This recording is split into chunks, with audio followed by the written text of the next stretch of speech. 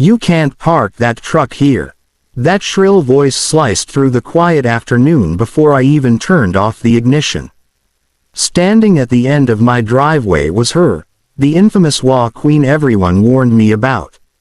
Her name was Karen, and she ran the neighborhood like a dictator with a clipboard. I had just finished hauling lumber and supplies for my new workshop.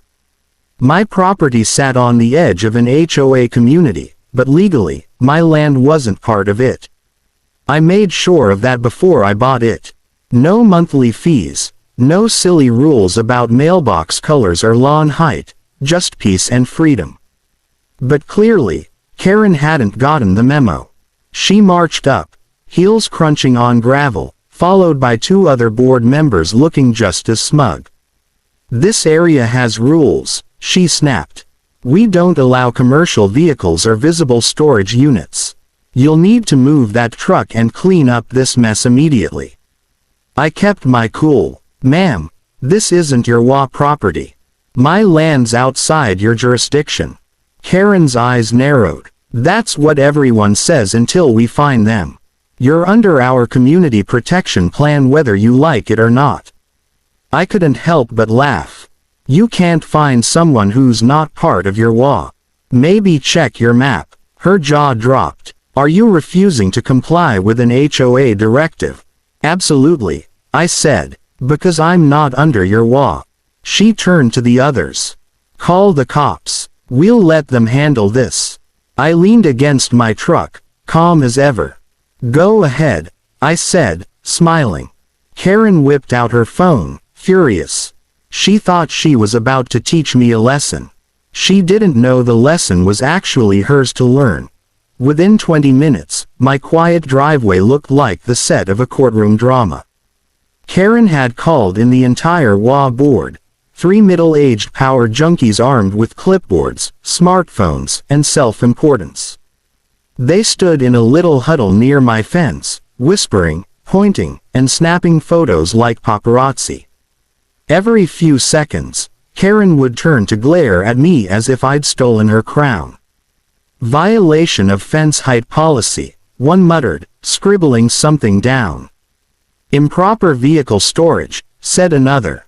The best part, none of it applied to me. My house wasn't part of their HOA, not by 1 inch. I had verified that with the county, the real estate office, and even the original land developer. But to people like Karen, facts didn't matter, control did.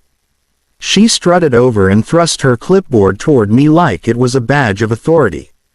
"We've reviewed your property. You're in violation of multiple neighborhood codes.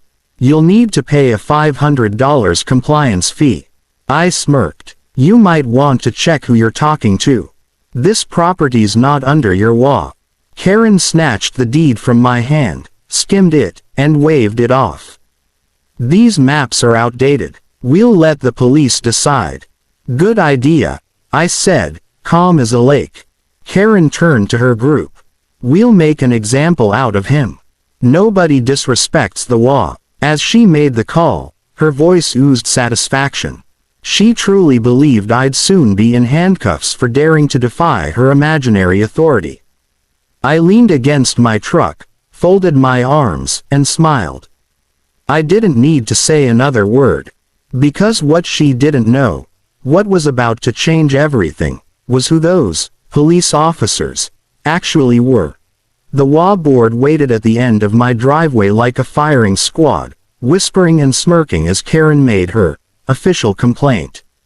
She was pacing back and forth, phone glued to her ear, acting like she was reporting a major crime instead of a parked truck. When 2 police SUVs finally turned the corner, Karen's entire face lit up like it was Christmas morning. "Finally," she said, straightening her blazer. "Now we'll see who's really in charge." The officers stepped out. 2 familiar faces I'd known for years. Officer Daniels and Officer Perez. But Karen didn't notice that. She marched right up to them before they could even shut their doors. "Officers, thank goodness. This man refuses to follow our HOA rules. He's violating multiple community ordinances." We need him cited immediately." Daniels gave me a side glance, then back at her, his lips twitching like he was trying not to laugh. "Is that so?" he asked, calm and professional. Karen pointed dramatically at me. "Yes. He's ignoring official law orders and being verbally aggressive. We demand you make him comply." Daniels turned to me. "You okay, boss?" he said casually. Karen froze. "I'm sorry. What did you just call him?" Perez leaned against the patrol SUV, smirking. "You heard him, boss. This property owner is actually the head of our contracted security division. We work with him." Karen blinked in confusion. "You work for him?" Daniels nodded. "That's right. And he's correct. This property isn't under your HOA. We've already confirmed those boundaries before."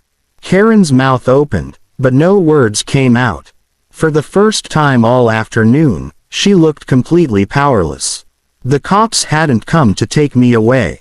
They'd come to protect me from her.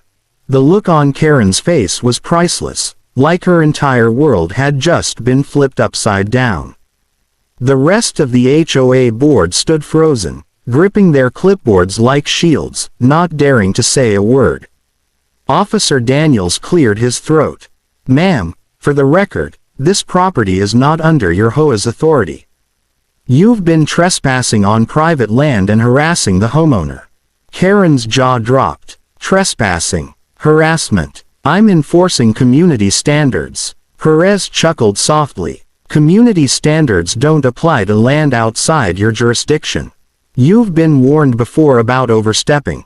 I couldn't resist pulling out my phone. "Hope you don't mind," I said. "I'm recording this for my records." Karen's voice went up an octave. "You can't record me without permission." Daniels smiled. "Actually, in this state, he can. Especially since this involves a potential legal dispute." That shut her right up. As the officers took notes, I handed them copies of my property deed and boundary map. They confirmed everything right there on the spot. Meanwhile, Karen tried to argue, claiming the maps were fake, that her HOA had special jurisdiction, and that I was lying to authorities. Perez sighed. "Ma'am, continuing to make false statements could lead to a fine, or worse." Karen's confidence melted away like snow in July. One of her board members slowly backed away, muttering, "We didn't know he was connected to the police." Officer Daniels handed Karen a citation for trespassing and gave her a firm warning about harassment. "Next time you set foot on this property, we'll have to press charges," he said. Karen's face burned red with humiliation as she stormed off, mumbling something about lawyers. I didn't say a word.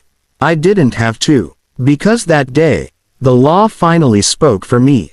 A week later, just when I thought the whole ordeal was behind me, I received an unexpected letter from the county zoning department. It wasn't a complaint, it was a request for documentation about the HOA's behavior. Apparently, my recorded footage and the office's incident report had reached the county's legal division. Turns out, Karen and her HOA had been overstepping their boundaries for years.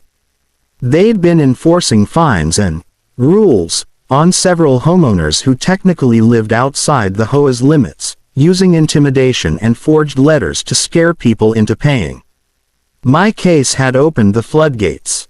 Over the next few weeks, multiple homeowners came forward with similar stories. The county launched a full investigation. The truth spread through the neighborhood faster than gossip at a bake sale. Suddenly, the once feared HOA board was under scrutiny for fraud, harassment, and misuse of funds. 3 months later, the county officially dissolved that HOA chapter. Every illegal fine they'd issued had to be refunded.